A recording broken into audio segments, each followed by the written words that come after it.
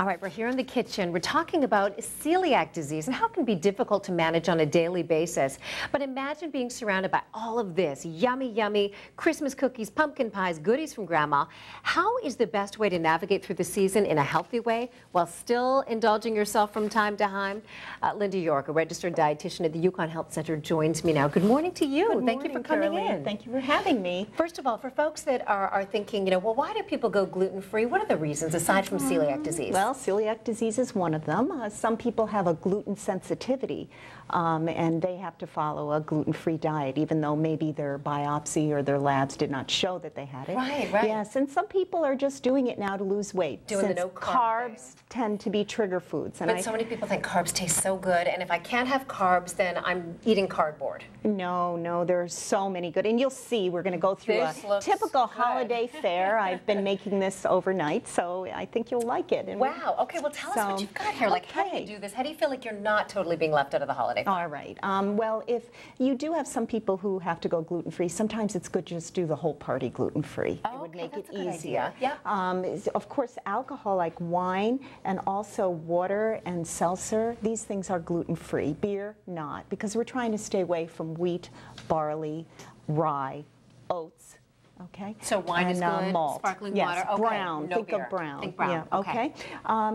Over here we have some appetizers. It's gluten-free bread. It's good toasted. A capri. Is it really good? I think a lot of people are like, it is wait good. a minute, I've tried and everything. it's okay. It's All right. delicious. You just need to toast it, keep it in the freezer. Okay. We also have these wonderful chips to make with guacamole here, and these are gluten-free. And then we have a rice-based chip here, wonderful. Which you can have with 3 chips. They are delicious. Those are so good. I tried all different pastas. I really like the corn pasta. Okay. Very good, because we can have corn, we can have potato. This potato salad was already made by the Big Y.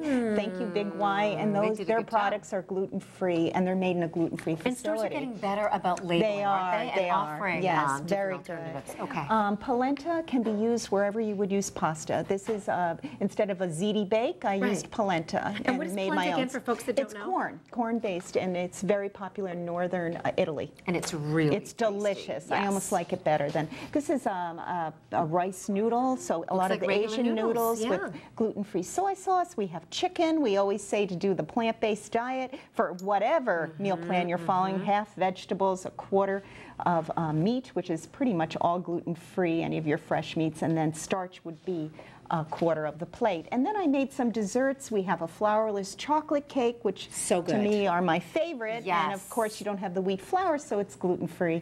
And we have this polenta cake that I got online, and it's cornstarch and cornmeal. So it is all. Now these are some products. Supermarkets now have their own gluten-free sections, so there aren't any problems. You can try your hand at making gluten-free pizza. I had gluten-free the quinoa pasta, which was very tasty. I really enjoyed that one the most. We have some rice flour, pretzels ground up. A friend told me makes a great breading for like chicken. Like chicken or something. Right, That's yeah, a good she idea. ground it all up. Instead of breadcrumbs. Instead of breadcrumbs, but there are gluten-free breadcrumbs. Sweet potatoes are used many times for sweet potato latkis, sweet potato fries, of course. Much, especially for the holidays, throwing you some can do a marshmallows. lot, Everybody loves them. and that's totally gluten-free. I just here's the gluten-free bread that I thought was very good. So there are lots of options during the holidays, and you don't have to feel that you can't eat what you want to eat on a gluten-free diet. And if you're eating this way, are you getting, I mean, is there more health and nutrition? Is it, I mean, certainly for people that have to avoid gluten, yes, it's the way to go.